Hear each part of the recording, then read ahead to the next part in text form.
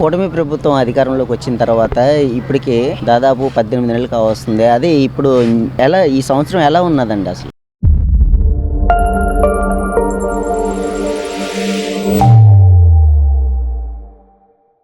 నమస్కారం అండి, నా పేరు జగదీష్ అండి. కూటమి ప్రభుత్వం ఎలా ఉంది అని చెప్పాలంటే నేను వేరేగా చెప్పనవసరం లేదు. ఈ రోజు బీచ్ చూస్తేనే మీకు అర్థమైపోతుంది. గత 15 days నుంచి కూడా విశాఖపట్నంలో రూములు దొరకటం లేదు, వెహికల్స్ దొరకట్లేదు, ఫుల్ ప్యాక్డ్ గా కాంపాక్ట్ గా ఉంది. అంటే టూరిజం అంత బాగా ఎంజాయ్ చేస్తున్నారు. సో ఇక్కడ ఉండే రిసోర్సెస్ ని ఎలివేట్ చేయడం అనేది కూటమి ప్రభుత్వం చాలా బాగా చేస్తుంది. గవర్నమెంట్ చేసే వర్క్ ఏంటంటే మనకున్న రిసోర్సెస్ ని ఎంతవరకు ఫోకస్ చేయాలి, ఎంతవరకు ఎలివేట్ చేయాలనేది బాగా చేస్తుంది. డెఫినెట్ గా అప్పర్ లెవెల్లో అన్ని లెవెల్స్ లో కూడా బాగానే చేస్తున్నారు. కాకపోతే రూరల్ ఏరియాలోని రోడ్లు మాత్రం చాలా బేభత్సంగా భయానకంగా ఉన్నాయి. ఆ రోడ్ల మీద కానీ గవర్నమెంట్ కానీ కొంచెం ఫోకస్ కానీ పెడితే no doubt undoubtedly government is a super governance అని నేను చెప్పగలను. అందరికీ నూతన సంవత్సర శుభాకాంక్షలు. ఈ 2025లో లాగే 26లోని కూడా అందరూ ఇంకా మంచి శిఖరాలకు వెళ్ళి మంచి స్థానానికి చేరుకొని ఆనందిస్తారని కోరుచున్నాను. Thank you sir. చాలా బాగుంది. ప్రజలకి అన్ని పథకాలు దగ్గరకు వెళ్తున్నాయి. చాలా ప్లాన్డ్ గా వెళ్తున్నారు.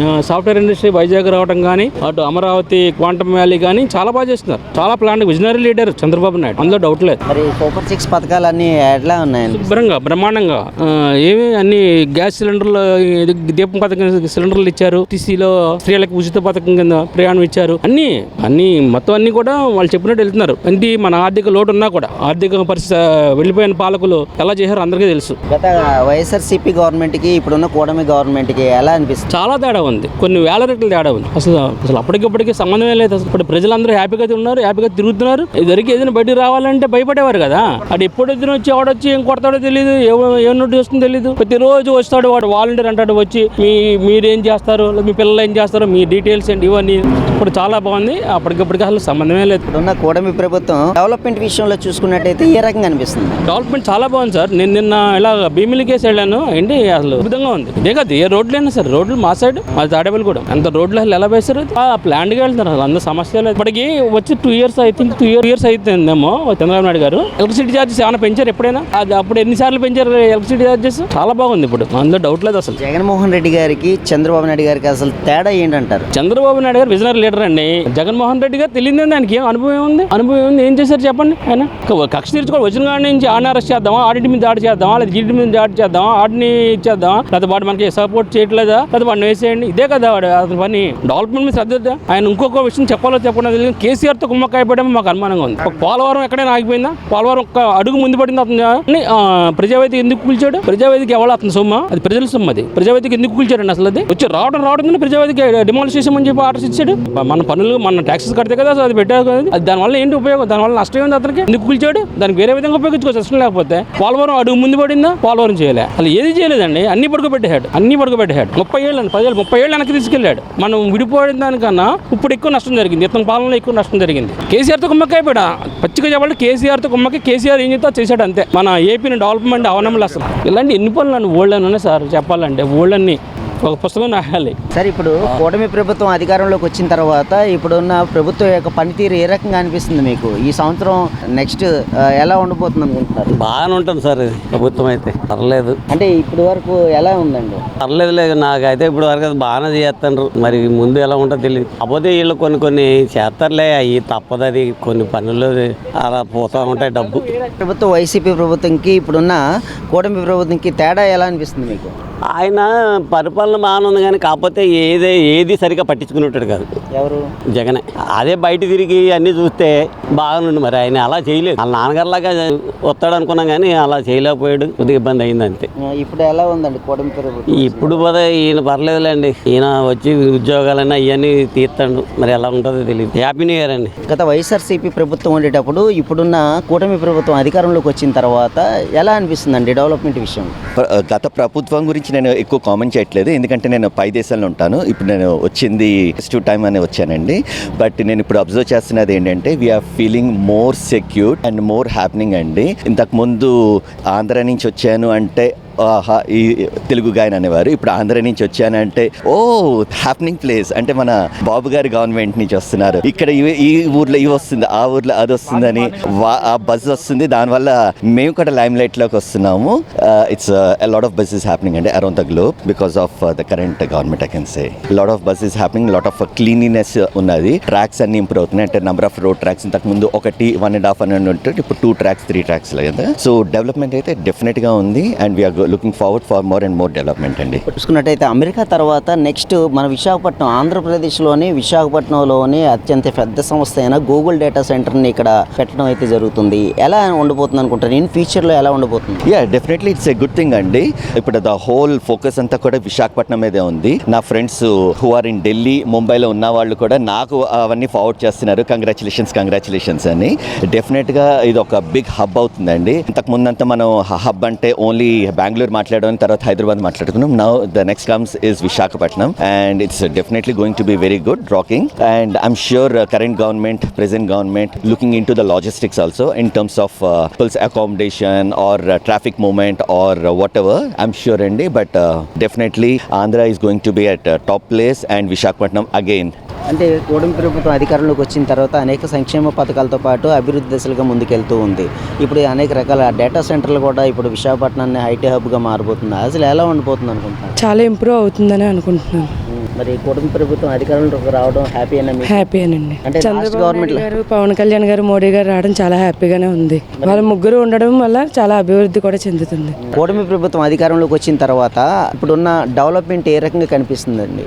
అది చాలా బాగుందండి. ఫస్ట్ గవర్నమెంట్ అంతా కూడా వాళ్ళ సారా వ్యాపారం, వాళ్ళ భూ కబ్జా అలా కొనసాగింది. ఇప్పుడు అంతా కూడా డెవలప్మెంట్ సైడ్ వాళ్ళ కూటమిలో ఉన్న పవన్ కళ్యాణ్ గారు కానీ, అలానే బీజేపీ కానీ వీళ్ళంతా కూటమిగా ఏర్పడి ఈ చంద్రబాబు నాయుడు గారు అనే మెయిన్గా వారు ఏం చేస్తా ఉన్నారంటే లాస్ట్ ఇయర్ చేసిన బిఫోర్ గవర్నమెంట్ చేసిన తప్పులే ఒక తప్పు కూడా జరగకుండా హద్దుగా తీసుకొని చక్కగా డెవలప్మెంట్ చేస్తూ ఉన్నారు. ఇందులో భాగంగానే అటు రాష్ట్రం మొత్తం కూడా, ఇటు వైజాగ్ కానీ, అటు కర్నూలు కానీ, ఇటు మధ్యంగా ఉన్న ఆంధ్ర రాజధాని కానీ అంతా కూడా బ్రహ్మాండంగా డెవలప్ చేస్తూ ఉన్నారు. దీనికి కేంద్రం కూడా సహకారంగా ఇంకా ఎక్కువగా కావాలి. కాకపోతే ఇక్కడ ఏమవుతా ఉందంటే ఇక్కడ బడ్జెట్ అనేది లాస్ట్ గవర్నమెంట్ మొత్తం పాడు చేసింది. లేకుండా చేసి అప్పుల మేళం చేసి దాన్ని వాళ్ళు సర్దుకోవడానికి 1.5 years పట్టింది, దగ్గర 18 months అనుకుంటా. ఇంకా రానున్న రోజుల్లో ఇంకా మంచి అభివృద్ధి చేస్తారని చెప్పేసి కోరుకుంటూ ఉన్నాం. ఆ శక్తి సామర్థ్యాలు కూడా చంద్రబాబు నాయుడు దగ్గర ఉన్న టీం అంతా కూడా ఉందని చెప్పేసి భావిస్తా ఉన్నాం. అయితే విశాఖ ఒక ఐటీ హబ్గా మారింది. ఇప్పుడు చూస్తే గూగుల్ డేటా సెంటర్ కానీ, కార్పొరేట్ కానీ ఇతర చాలా కంపెనీలన్నీ ఇప్పుడు విశాఖపట్నంలోనే పెడుతూ ఉన్నారు డేటా సెంటర్లన్నీ. ఎలా ఉండిపోతుంది అనుకుంటారు ఇన్ ఫ్యూచర్లో?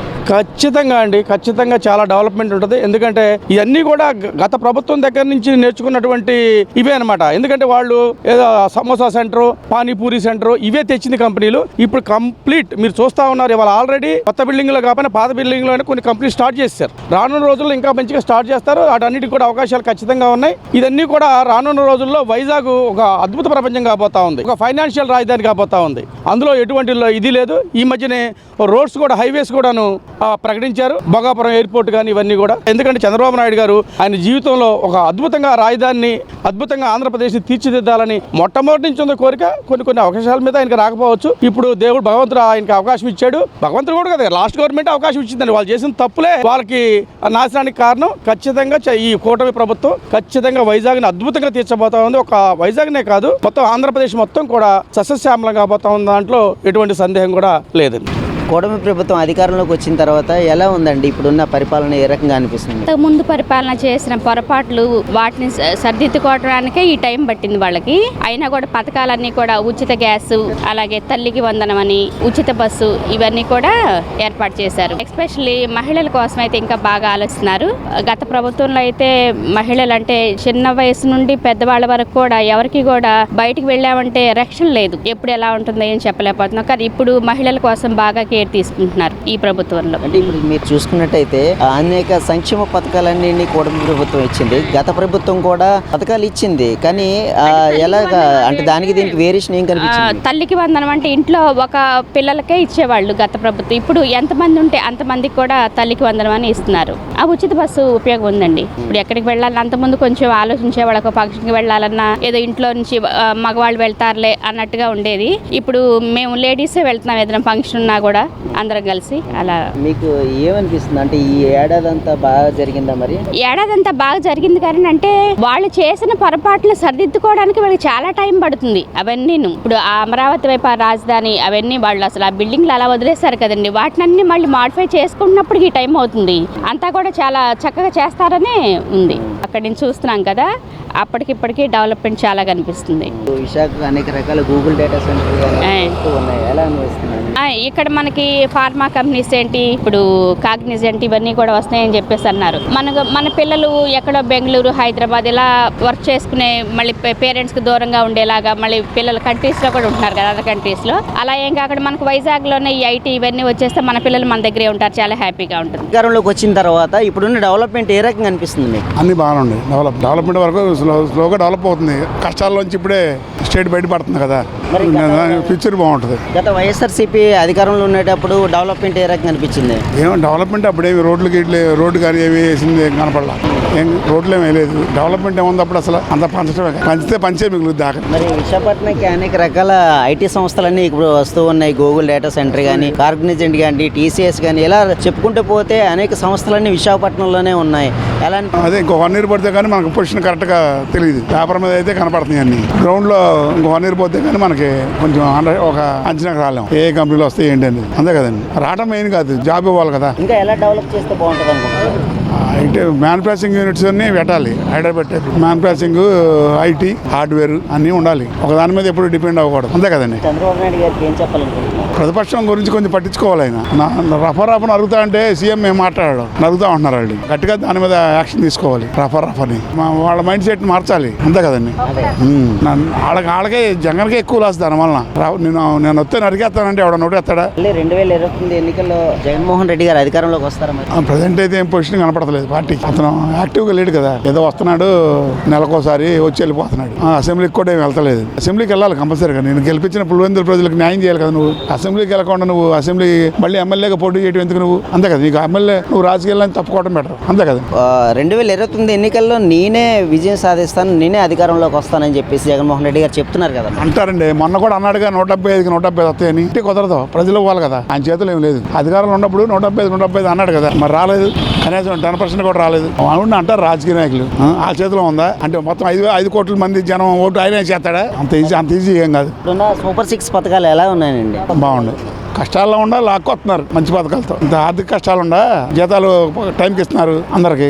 రోడ్లు వేస్తున్నారు, అన్నా క్యాంటీన్స్ పెట్టారు, ఉచిత బస్సుకు పథకం లేడీస్కి ఇచ్చారు, లాక్కొస్తున్నారు. సెంట్రల్ గవర్నమెంట్ సపోర్ట్ కూడా ఉండబట్టి. అదే కదండి. ప్రాజెక్టులన్నీ అమలవరం రాజధాని ఉరుకులు పెడుతుంది. పర్లేదు, ఇదే మూడులో ఇంకో 2 ఏళ్ళు ఉంటే మనకు ఆ ఫలితాలు కనపడతాయి. అంతే సార్. వాళ్ళకి మనం బిల్డింగ్ కట్టాలంటేనే 2-3 ఏళ్ళు పడుతుంది. ఇవన్నీ కట్టాలంటే టైం పడుతుంది కదా, మనం కూడా వెయిట్ చేయాలి. ప్రతిపక్షానికి అయితే అవకాశం లేదే. ఎందుకంటే అతను రాజకీయంగా చేయట్లేదు. వస్తే నరికేస్తాను అందరిని అంటున్నాడు.